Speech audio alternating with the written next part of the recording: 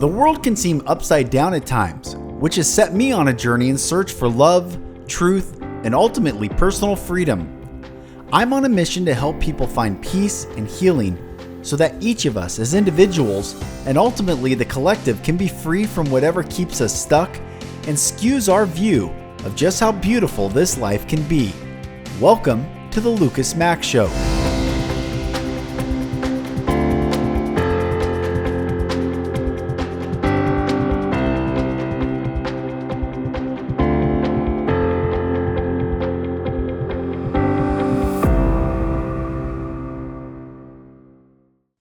Hello, brothers and sisters, and welcome back to another episode of the Mack Show. I am Mack.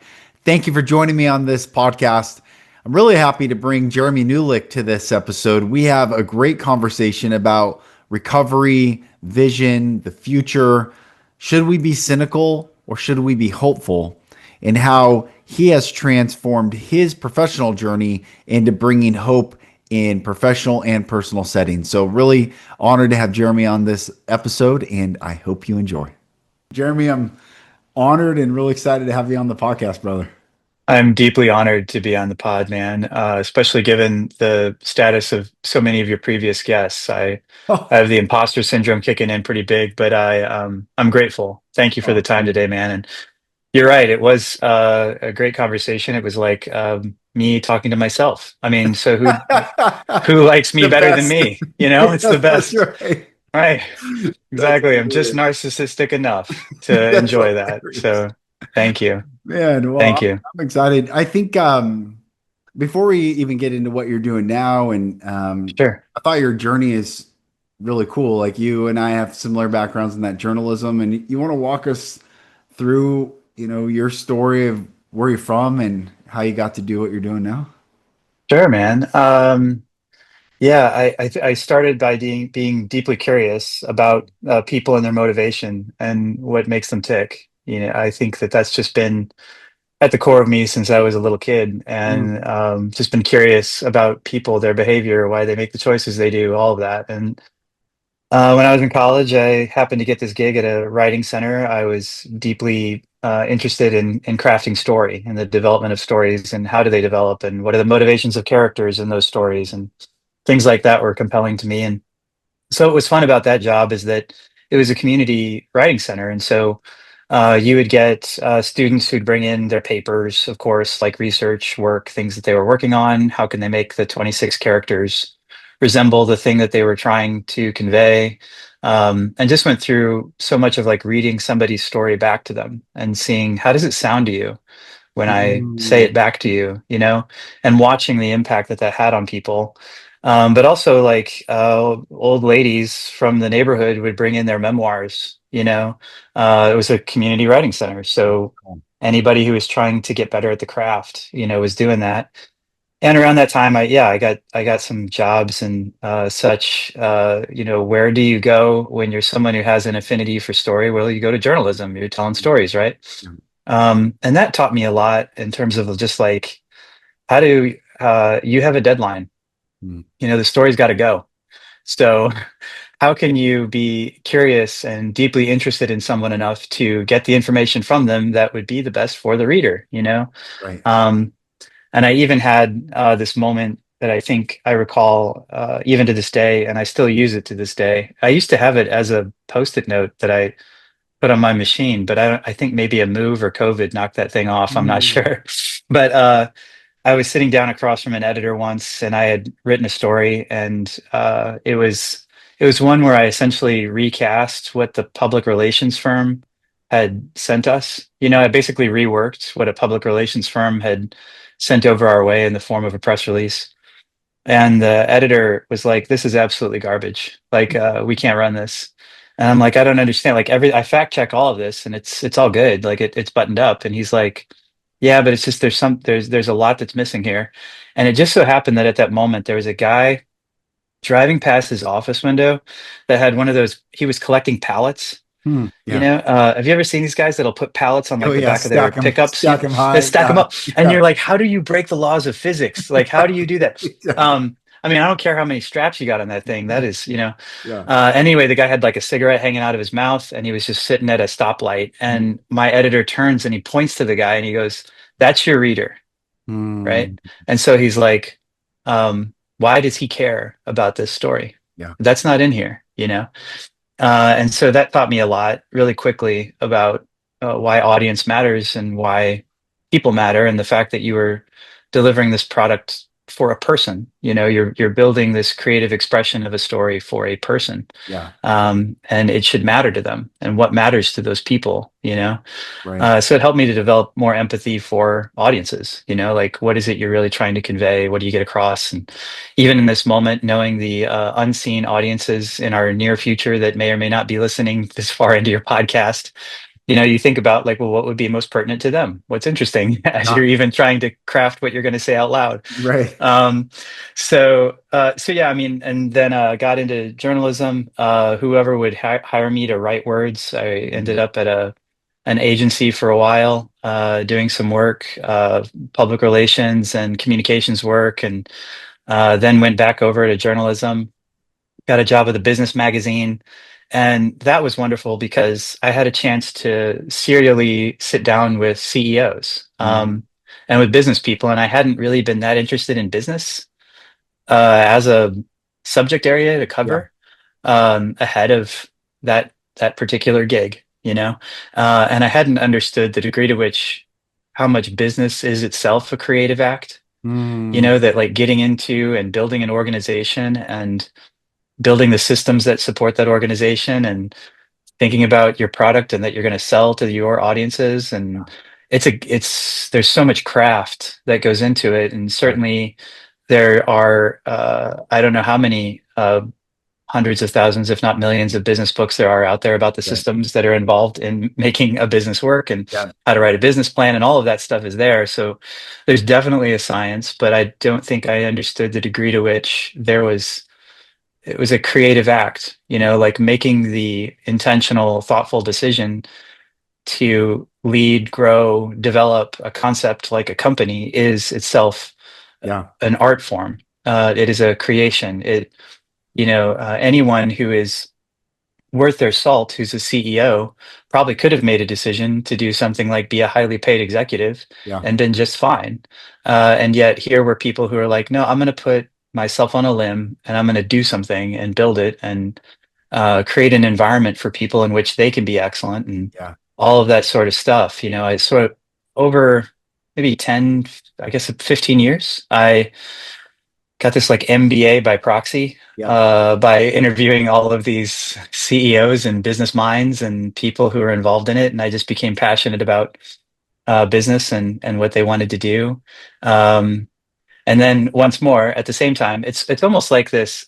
It's like the sprinkler, the one of the old timey ones that like they did the Yeah. Yeah. fit, Yeah. Yeah. and then it comes Yeah. back. Yeah. Yeah, that was like my relationship with like brand and marketing, because it's like Mm, if you can be useful at crafting a story for journalism for an yeah. audience, Yeah. then usually questions around brand or questions around how do we go to market with a strategy, honestly, in the capitalism that we live in now, you can make more. you Yeah. can you Yeah. can earn more cash, helping an organization to develop their story.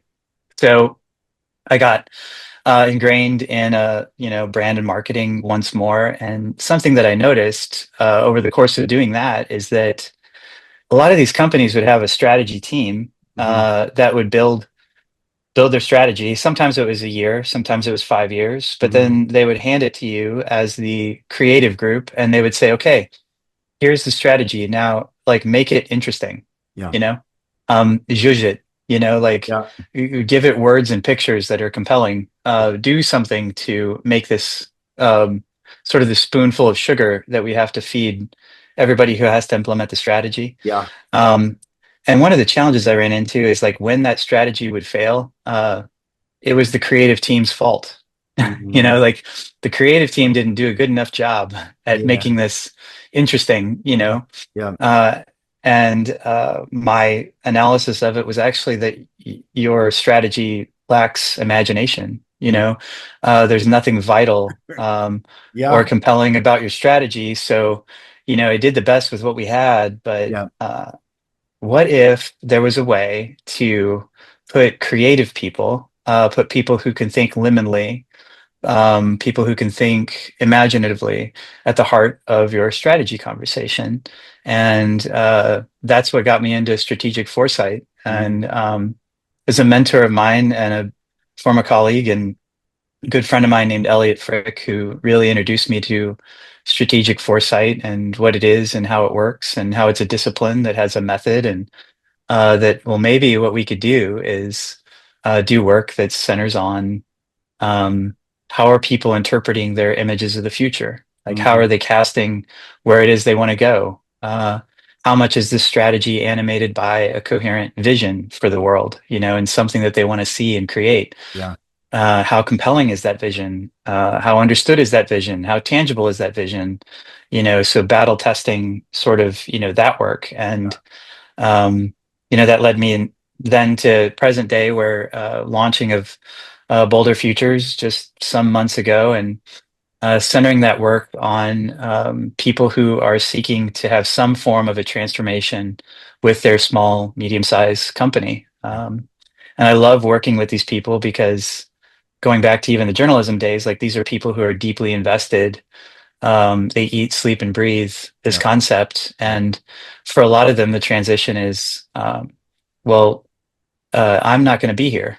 Mhm. Like for a lot of a growing number of these executives, they're just reaching the age where they have to transition this thing they've spent decades trying to craft and create, Yeah. and they have to hand it off to someone. And what is that going to look like? And what things need to be transformed, and what things need to be kept precious, Right. Right. and how are we being intentional about that? And so those are the kinds of conversations I get to have today. And I hope that I did a good enough job trying to encapsulate a career worth of Yeah. Yeah. activity into the shortest amount of time. And if I was going back to my PR days, I would have asked myself to create better sound bites. No, But man, other than that, it's beautiful. That's the beautiful thing about podcasts is, I the conversation. I sure. think, so this is everyone listening. Like, this is why Jeremy and I geeked out when we first met. When I had my agency, our tagline was the only thing that sets you apart is your story, not your Mhm. strategy, not your plan, not your, like it's the story that you tell yourself, tell your employees, tell your customers. And I saw that companies were really good at talking about what they do, Right. and sadly, we've been conditioned in society to be reduced down to what. And after we exchange names for the first time, when we meet someone, it's what do you do? And people have a Yeah. hard time with that because, like, well, I don't know. I always fumbled it. Like, well, what do I do? I'm so much more than this title, this thing. Like, Right. and I realized that what we're really trying to figure out is, do I know, like, and trust this person? Are they interesting? Is there anything of common values that I can find? And helping companies get to that emotional space, or I call it emotional, but you're calling it creative space. It's the Mhm. same world that they just don't want to unlock because I think they're told for somehow that's not business. But then Right. guys like you and I will come in and say, actually, it's the one thing that makes a business great. Right. And you and I, Eric Pradum, our friend, he and I were talking the other day, and he knows one of the original founders of Starbucks really well, Mhm. and I know him as well, and I use him as a story quite often. And is that Zev Siegel and his two partners, they loved coffee. They were passionate about roasting and different particulars of how a bean could, make a flavor profile, and like they were geeking out on coffee. Mhm. They happened to hire this brilliant businessman, Howard Schultz, and they made him the Mhm. COO and eventually a CEO. And Howard bought them out for $1 million each, and that's all Yeah. they ever got to this Right. day. And I use that example so often with executives. I said, what's the difference between Zev Siegel, who this is not a knock on him, this is just how most businesses think. What's the difference between Zev and Howard Schultz is Zev Siegel was excited about the particular what, Hmm. And Howard Schultz saw the opportunity to build a brand. And that's where the Right. emotion, that's where the story, that's where the creative, that's where all those things come into play. And I don't know, it's Yeah. a fun, I know you do as well, like love playing in that space, but it's so challenging, I think, for some of the analytical minds to go, wait, what? Right. Right. Well, and it's not usually until, at least it's been my experience at working with executives. And by the way, I'm really grateful I get to work with my partners at Boulder Futures, Mm, Coleman Swisher and Matt Silverberg, because Coleman in particular is a very analytically minded person. mm, I mean, literally, he performs business analysis. yeah. Um, and yet, I think one of the reasons we were even able to launch and the concept that we have. Um, is because they actually have a great story that involves private equity and how Mm, the pursuit of how is it that you make a concept scalable and achieve the outcomes that everybody says you should want, from a business perspective. yeah. When you go through the pain of someone who's focused more so on, let's just say, the revenue or whatever it is, and what becomes obscured, like you're saying, is the soul of the company. Like, Mm, why were we doing this in the first place? And yes, that's right. toward what are we calibrated? And what kind of impact do we want to have on the world, even after we're gone, even if we didn't get the credit, Right, Like, what legacy are we trying to leave behind here, right. Um, and then suddenly things like art start to make more sense, don't they? Because it's like, well, here's someone who went through a bunch of pain or they went through some form of a human condition and they articulated it back to you in a way that was really compelling, that gripped you. And, we are, of course, more than just beings that were supposed to be shunted into Right. roles or whatever. What do you do to go back to what you said? Like, well, what do you do for income? Right. Basically, is what it is. The what is. You Right. know, how do you receive payment for the value you add to the business world? Exactly. um, which is an important question and it's a good question. But there's usually just so much more. There's so much more. Well, there always is so much more resolution to what is it that animates someone? Right. What is it that gets them going? Yeah. What is it that drives them? Toward what are they driven? Mm, What is missing in the world now that they want to see created? Like, so finding the challenge that they want to take on has so much more meaning and gives you such a better concept of what's really animating them. yeah. What are you really about? Who are you really? Um, And usually so people aren't given that space to think about that. And that's the cool thing. right, You're able to bring, I have this thesis and I shared this, Ryan Lewis and Macklemore were doing this benefit concert to raise money for Kenya musicians and these music schools in Kenya. And I was the keynote speaker, the speaker right before they come on stage at this concert in Seattle, and it was pretty cool. It was tons of people. I have no idea the amount, but it was the biggest crowd I'd ever stood on stage in front of and spoke in front of. And and I asked a question. I said, I want you to all raise your hand. And I know they want to get to the music. I mean, I wanted to hear the music too, but my job was to like give the pitch of why to spend some money and raise money. And I said, how many of you at one time in your life have ever had someone, most likely when you were young, turn to you and say, who do you think you are? You think you're better than me? I was like, raise your yeah, hand. yeah, Who do you think you are? I was like, raise your hand if that's ever happened to you, most likely in elementary school, maybe middle school. Someone's said this to you. And reluctantly, people were like, I'm like, go ahead, raise your I hand. guess, yeah, And yeah, everybody's yeah, hands started right. going up, and it was incredible. If after the few early adopters' hands go up, a sea of hands go up. And I said, Mhm. look around right now. This is the most human condition we never talk about. At one time, you aspired to be something better than you were, a dream of what you could Mhm. become. And someone turned to you and said, who do you think you are? You think you're better than me. And I said, what was your Mhm. first response to that person? Was it to stand there like a buffalo in a snowstorm and keep moving? Or was it to say no and retreat back into the faceless, nameless crowd? I said, the majority of us Right. said no and retreated back into the faceless, nameless crowd. And there was a funny thing, it's on video somewhere. This guy goes, Thanks, Dad. At first, I thought he was saying it to me, and then I was like, "Oh, you and I must have the same dad." Same. Yeah. True story. My Let's dad relive our called me and childhood said, "Well, who do you traumas think you are? You all better than together. me?" I'm like, Yeah, "Oh, geez. yeah, Yeah, right. all right. We're gonna have to heal some deep wounds here." We're gonna have to, right, exactly. You know? Well, first of all, you're much cooler than me. Holy cow, man! Like presenting in front of Macklemore and Ray Well, Lewis, that's pretty no, cool. it I was mean, it was pretty cool. but well, and also like you said, double-edged sword there because everybody's like, "Can we get to the Yeah, yeah. music? Who We are get, you?" Yeah, get right. this guy Yeah, with right. swag, you know. Yeah, exactly. But But well done. but I only bring that up is that I think even these executives, they're still living with this shame of full emotional expression is my point. And Sure. they might not identify it that. That's more a therapeutic or a therapy view of looking at things. But what have you seen once they unlock that? I'm sure it's been some cool things that you've helped uncover. Oh, I mean, yeah, and thank you for asking that. I think that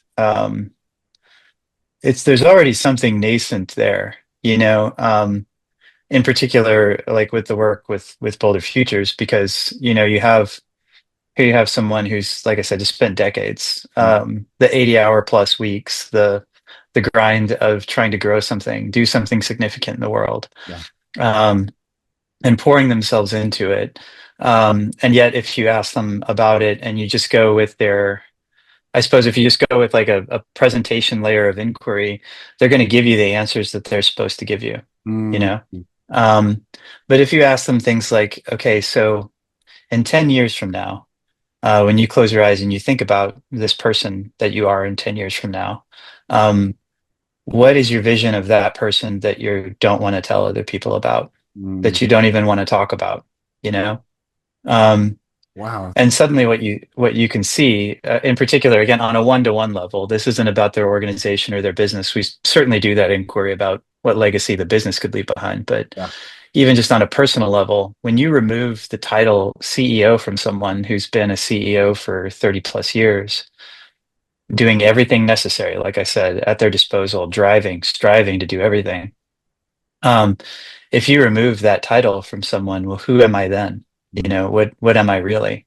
right. Um, and I think, allowing them to have a moment where they can see that aside from the fact of everything they've achieved, and certainly it is remarkable, that they're an eternal character, Mm, and not that all to wax too spiritual about this, but that they have been and will continue to be something more eternal and something exceptional, to use your point about the yeah. who do you think you are kind of thing.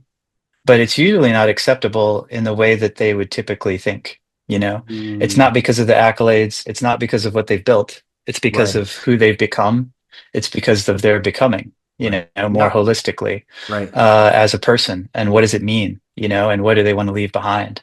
Mm, Um, and for a lot of people, it's an emotional conversation. It's one that begins to let loose some of the everything that they've been masking, and it is a bit on the therapy side yeah. because, Yeah. I mean, all of us put on these masks. I mean, we do when we're about to get on a podcast, Yeah. you know what I mean? Yeah. And so you have a mask that you want to show, but what you see deteriorating is a lot of that mask when they can say, well, actually, the biggest meaning of what I can leave behind is how do I begin to mentor Mm, the next leaders? yeah. How do I put myself in a position where I can make sure that they're successful and that they can strive to the Yeah. greatest amount of their abilities? And um, it's in particular when you talk to them about the scenarios of the future where maybe it's a collapse scenario, like let's go 10 years in the future and actually nothing worked out the way you wanted it to.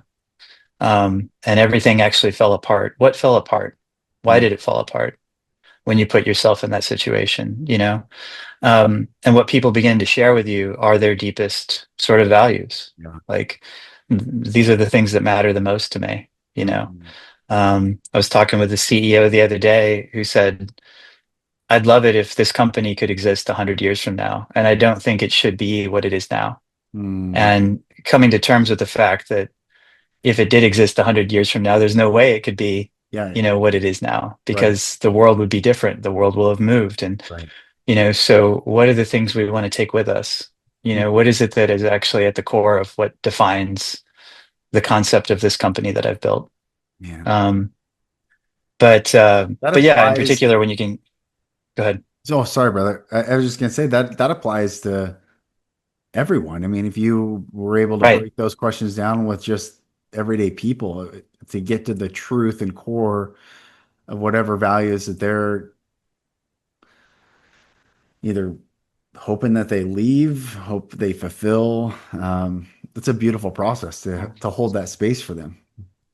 Yeah, I mean, even I was just having a casual conversation. Well, I don't know how casual my conversations are. They probably don't get it. Like the one you and I had, like Yeah. it goes quickly from being casual to let's just stop talking about the weather. Yeah. But there was a young woman, and she was seeking an internship and wanted to figure out a way to get an internship somewhere, and so that was the auspices under which we were having this conversation. But really, what it ended up being about was the fact that she was on migrant status in the United States, and that she had family that she cared deeply about in Africa, where she was from, and she was having a really hard time figuring out what mattered to her about which decisions she should be making. And so we went through, some of these kinds of questions where it's like, well, if you could take you and add 10 years to your age, um, let's talk about like what a perfect or like a growth scenario would look like for you. Let's assume everything that you've been striving to do continues to grow. Yeah. Then we walked through collapse, and the thing that came out the most with collapse was a disconnection with her family. You know, and so what became clear to her and suddenly obvious in the form again of tears was just, well, my family's the most important thing to me. Mm, And like you said, it's like it doesn't need to be a CEO. It's just anybody who's faced with this level of uncertainty with the decisions they're trying to make in life. yeah. Um, Getting some level of, um, it's not necessarily clarity. It's kind of clarity, but it's more like this is a sense I have of who and what I am by what matters to me.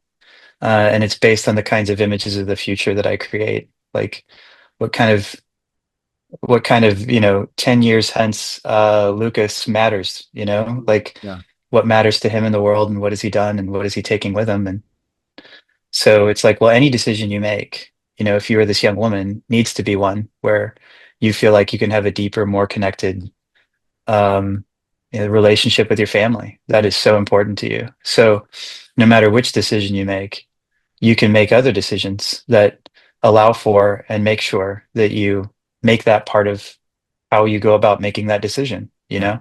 Yeah. and if there's a decision you have to make that's going to separate from your family, separate you more, then that's one you want to avoid, you know? Mm. Um, so, It so sounds like yeah, I mean, getting getting to the truth, mhm, and that truth for whatever that person. It's hard to. I was sharing with someone this morning. You can't perform surgery on yourself. This is why we need others, and this is why we're meant to be in community, not just to have a kumbaya moment, but to go to another person and share deeply, so that the truth can be surfaced out, from within us to without of us. yeah, yeah. I mean, most of us have to live because of the just the survival that you learn through life. You're sort of bound to get deluded in some Mhm. way, Yeah, and get yourself separated from, to use your word, the truth. yeah, yeah. What is the deeper truth? And I don't. I think there's probably a philosopher out there who said this better than what I'm about to say, but I think that there isn't really meaning and a meaning or a deeper understanding of truth unless it's one that is shared. Like it needs to be shared with someone. Yeah, Otherwise, it's just you saying to you yeah, whatever it is you need to say to you to make yeah, it okay. yeah. That's right. It can quickly and easily become a cope. Mm, I know that I've been guilty of it in my life where I've become so ensnared with decisions I want to make that I think will make someone else happy or do mm, something for someone, or it could even be a client. I mean, it could be anything, and so you go out of your way to do this. And if you do that enough without checking in on what the deeper meaning is, or what the truth is, or what the shared meaning is with at least one other person, mhm. then you're bound to get yourself in a situation where you completely lose perspective, Right, you know?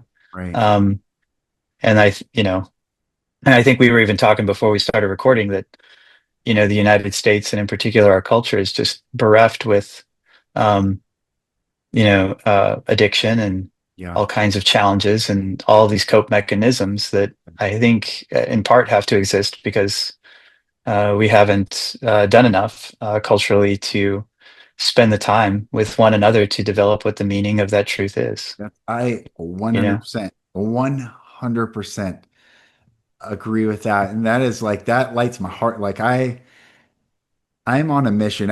One of the things that I teach is how do we know if something's true? Because the relativistic society, postmodern world that we live in, where everything's relative and everything there's relativity, of course, but everything is not relative because the spectrum is there's bondage and there's freedom. And even listening to Joe Rogan podcast this morning, I was driving to work and Joe said, you go on the far right, let's define the right. The right is, women have to wear certain things and women. And I was like, that's so interesting. I wouldn't consider that right. But my spectrum is statism and self-governance. And that's the spectrum. It doesn't matter if you're what small side spectrum they want to give you Mm-hmm. within statism. If the state is Hmm. your answer for your life, that's a spectrum. And if self-governance, and they use the term anarchy because of course humans cannot self-govern yourself without the state, so it's going to go into chaos. But certainly self-governance would be on the other side of that spectrum. But this Sure. concept of truth, of relative, everything's relative, and there's no Right. stability at which to land on, or there's a subjective truth within. People will say, well, how do you know? So here's my best attempt at answering, how do you know if something's true or not? And for me, and what I teach is, if it allows you to breathe more deeply, Wow, that's huge. then it's true. Right.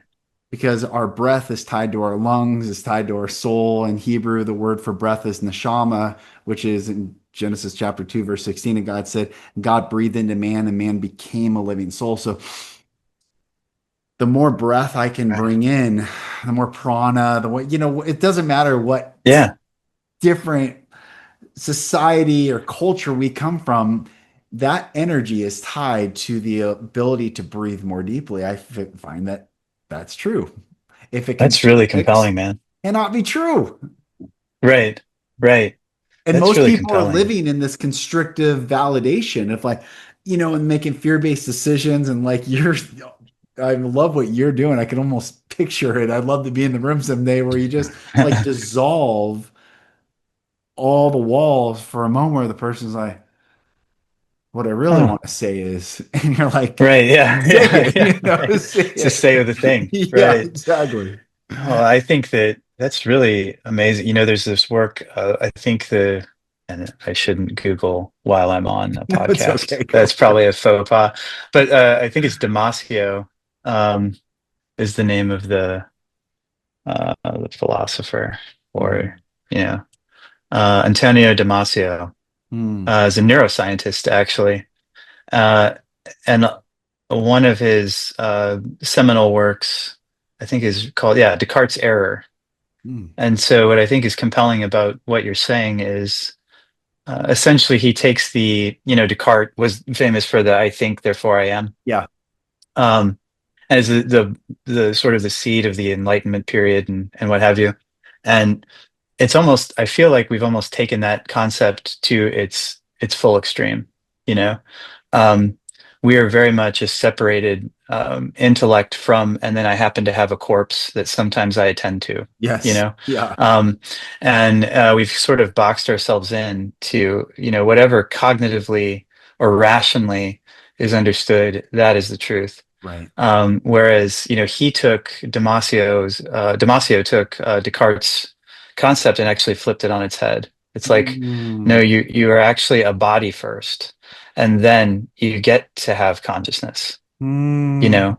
So it's not, I can think and understand that I have consciousness, therefore I now have a body. It's like, no, you were a body first. Yeah. So Defeat. going back to what you said about breath, um, your body will tell you a lot, You know. Yes. you know. Yes.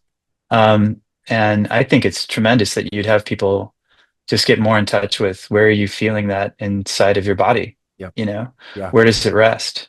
You know, because if I put people through, even in the work that I do, when we talk about, like I said, collapse sort of scenarios, um, you know, sort of like worst possible case conditions sort of stuff. You can even feel their bodies Yeah. Of tense, course. you Right. know, Right. because like I am now, it's your autonomic response to Yeah. Yes. like I'm in a situation that is surrounded with fear and terror and loathing and grief and Right. despair. Right. And candidly, if you look at, I don't know, like all the top shows on Netflix, you and I are both story freaks and we Yeah. love them. Yeah. We And yes. I love me a good, you know, zombie story arc. I Yeah. love all that, but nearly all of our celebrated fiction is collapse. Yeah. You know, Yes. it's how does this thing fall apart?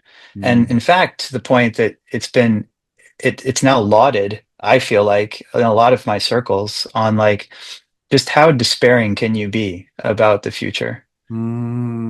You Mm. know, like Yeah. how much despair can you bring? Yes. Because in fact, to think in a way that doesn't have despair in it makes you sound like a bliss ninny.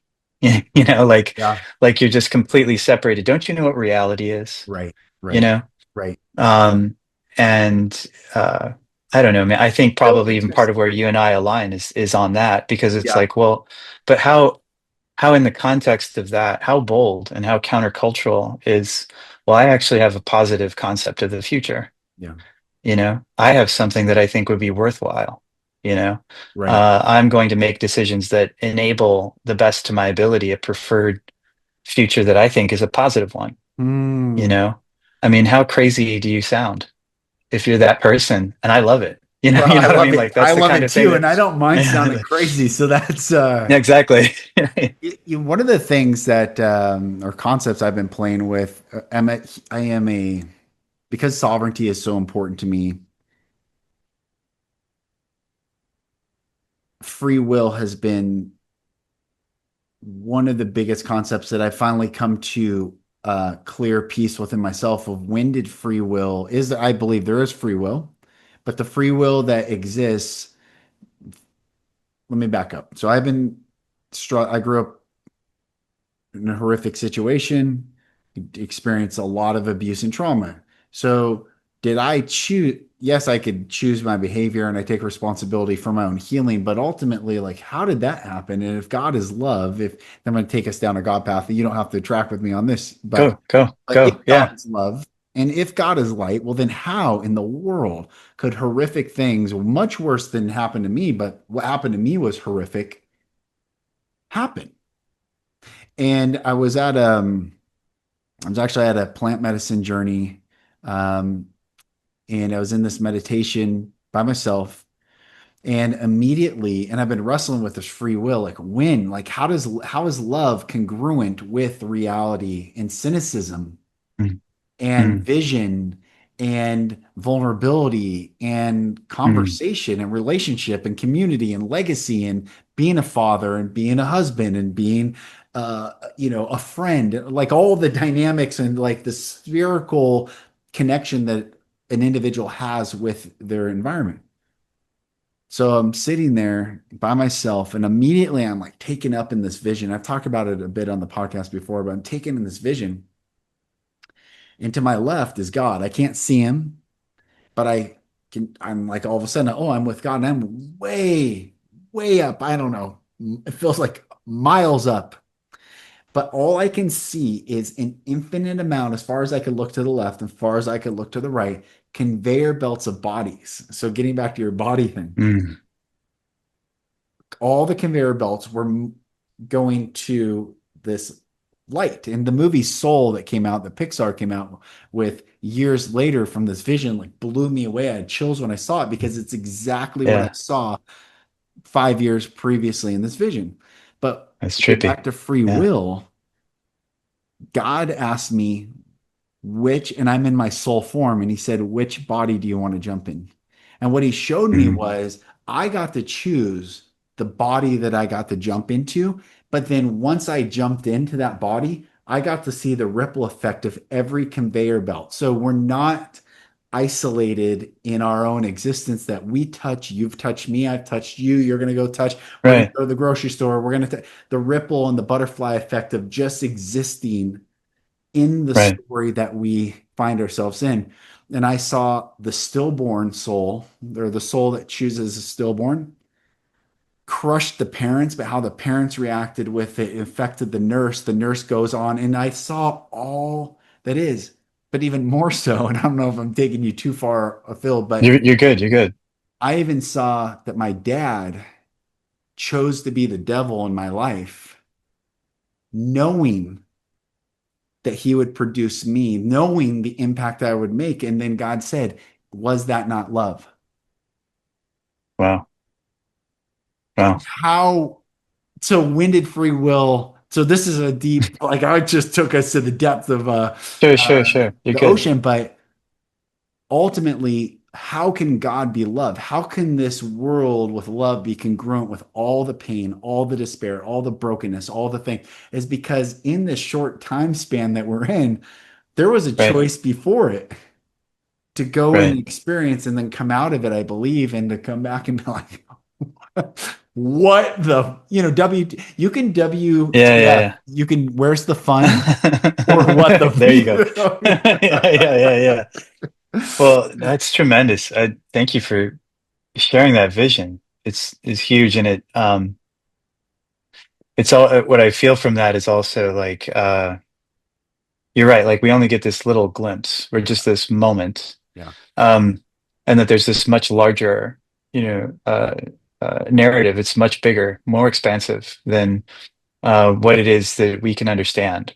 You know, and so maybe this form of love is some kind of trusting that there first of all is a God and I'm not God, yeah, and that there is a story that's much bigger, you yeah, know. yeah, And I'll say that in the work, I mean, even just in the work that I've gotten to do, and even getting to know people like you, it seems like to me there's this high correlation um, between the people I've seen who do remarkable things. And they have a huge gift that they want to share with the world and they pursue it and they do so in a way that's completely whole. mm, There's a high correlation between the character of those kinds of people and in nearly every case they've had some form of trauma or mm, loss that they didn't wish upon anyone. um, there is something, in that stack mm, that they go back to, that they carry with them, and that is a part of this is my response to mm, that mm. happening in my life, you know. Um, and so, I mean, and when you and I even had an initial conversation, and I don't know the depths to which this is appropriate for your podcast, All right, but all right, I'm in recovery and yeah, been so for many years, and um, one of the things that I have experienced as a result of that is um, not getting to. I've had to come to the fact that we don't even get to dictate what success looks like in someone else's life. You know, um, I've lost really close friends of mine to alcohol and drug addiction. Um, but I've seen so much amazing impact from the life that they had and from the impact they had on the people who loved them and what those people went on to do. And it suddenly allowed for me to see, well, I am a small part of a much, much bigger narrative than mm, I could ever understand fully. mm, And so some of this just comes down to I just have to trust that I'm a part. I get to play a part in this. Um, I don't always understand completely the role I'm playing. mm. Sometimes I'm not even aware of the role I'm playing, Yeah, yeah, but I am just I'm up here doing a role, you mm, know. And so maybe the most loving or gift-giving thing I can do is to be most authentically and wholly who I am, mm, and that's going to have to be enough. That's just going to have to be enough. yeah. Um, um, That's yeah, because any other sort of permutation is me saying, well, I need to put on this mask or yeah, do that's right. this thing or perform this dance or something. And um, there's an emotional cost to Yes, that, yes, consistently doing that, yes. emotional and spiritual cost to that. Mhm. And eventually you have to stare into the abyss and figure out, well, who am I really? That's Like if I was to right. play a part in this much larger narrative, it should be the part I was designed That's right. to be. That's right. You know, so I'm just really grateful to know you. Oh, bro, That's thank that's you, a huge vision, dude. man. Thanks. Um, Thanks. yeah, And like and that's I really didn't big. mean thank you, and I feel the same with you. And I didn't mean to take us so. And even we can kind of You're wrap good. this, and we'll do more. But why I brought that up is because I've been, even when I was a reporter, when I was a journalist, I was the feature reporter, and then the hard news guys were like, "Oh, you're just a feature reporter." It was like always this condescending Hmm. positioning against happiness, against Right, joy, against right, optimism, right. against, and I understand the horrific things people see in that, and over, you do become cynical. Um, in fact, one of the segments that when I was in San Antonio at the Fox affiliate, the segment that I inherited was called Night Shift, and it was about culture in San Antonio, and you're the night shift guy, and you go out and go experience all the fun stuff of San Antonio. But I started doing so many stories that they created another segment called Positive Spin with Lucas Mack. And because I wanted to tell really beautiful, heartfelt stories that impacted people's lives, and we did, and did a lot of cool stuff. But the reason I bring that up is not to talk about me. The reason I bring that up is you said Yeah. something that I feel so deeply, is that in a world of cynicism, hope is seen as a liability, or hope is seen as a weakness. And Hmm. I use these proverbs from the Bible that stick with me, but it says, "Hope deferred makes a heart sick." So when we Hmm. lose hope, we will have sick hearts, and you can see that in business when a CEO is struggling, and it is hope deferred, moved Hmm. to not the immediate receiving of that, makes us sick. And so I love what you're We do doing. it. I support Yeah. everything you're doing. Well, no, and thank you. And I mean, I do it even to this day. I can say I'm among the guilty to like listen to the siren song of cynicism because it's just so beautiful. And Yeah, I and like I think I did a road trip with I've got three younger kids, and we were in the truck and we were heading to Kansas City to see some family. And I had just watched, it just so happened that I had just watched like some news segment that took place on the interstate that we were driving on where there was this terrible car accident. mm, Um, and my kids were doing something really cute in the back seat, and they were singing along to some song, and whatever. And at first I was like, looking in the rear view a lot and turning my head as I was driving to sing with them and everything. And it was this joyful moment. And then at that very moment, the thing that popped in my head was seeing the horrific accident that was on the interstate that I was driving on. And so I completely almost like stopped the truck. Like I just started slowing way down and like yeah. moving to the side and whatever. And and it seemed wise at the time. It seemed like, well, I'm just being a mindful parent. But actually, what I was doing was stealing the joy of the Mm, moment I was having. I wasn't fully watching the face of my kids, just exuberance or something like yeah, this. yeah. Instead, I was worried about a thing that wasn't going to happen, you know? Mm, Um, and there is this sort of prevailing wisdom that exists in our culture right now of, well, you should prepare for the worst yeah. and you should whatever. And look, I've talked to people who've been through the worst. I've been through some stuff. You have too. Yes. Yes. I don't think any amount of preparing for that is going to help me to be any better Yeah, at that's dealing right. with it That's right. and so there is there's nothing in the harm column of being just unapologetically joyful Yeah. or being unapologetically like I actually do in light of all the cynicism, in light of the despair. I have a positive image of the future on something I want to make Yeah. you know Beautiful. and no amount of like, well, it's all tailored and we've carved off the sides of it to make sure it looks just cynical enough. Well, screw that, man. Right. Like, Yeah, that's um, right. why not just have your bold and joyful vision and be fully who you are Yeah. and walk forward, Yes, that's right. Um, and I mean, that's honestly the vibe I get from you. Mm, So, I appreciate having a kindred spirit in yeah. such a point of view on the world. Yeah. Thanks, So, brother. I think yeah. I have a quote in my office. Benjamin Franklin said, "Instead of cursing the darkness, light a candle." And Yeah. that's my whole worldview is I know how dark it can be, but darkness is, in fact, this quote I have, a quote myself, but I like the quote is Yeah. darkness is not a Nice work. counterforce to light. Darkness exists in the absence of light. So Right. yeah, it's dark, but who's going to light that candle? Well, I'm choosing to, you're choosing to, and the people that we help, Right. hopefully, continue that on. And I think the beauty of a candle is it doesn't minimize itself by giving itself to another. It continues its own journey. So, Right. Right. brother, I'm so thankful to have this. I wish we could talk. In fact, we'll just do more. But where can We people find you sure. and support you and hire you?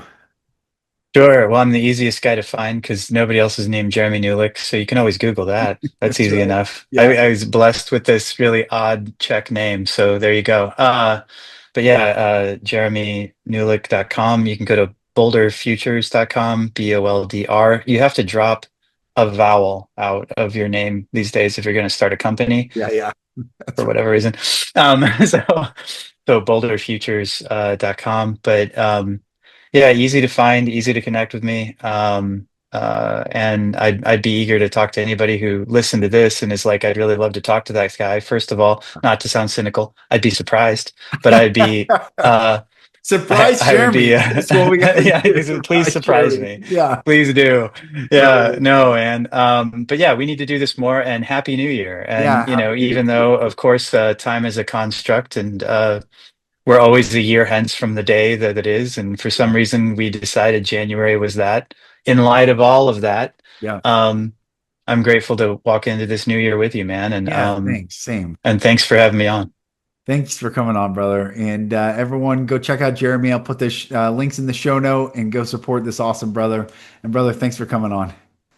Jeremy, thanks again for coming on, brother. Loved talking. And everyone, go check out his website. I'll put all the information in the show notes. And appreciate everyone tuning in on this journey, the Lucas Mack Show, and so much coming ahead in 2026. Really excited about it. So I'm sending you all love. This is another episode, and I look forward to speaking with you on the next one. Thank you for listening. If you're struggling to break free and need support, go to my website at lucasmack.com. There you'll find resources like videos and ebooks, and also information on how to work with me for coaching. Thank you again, and I'll talk to you soon.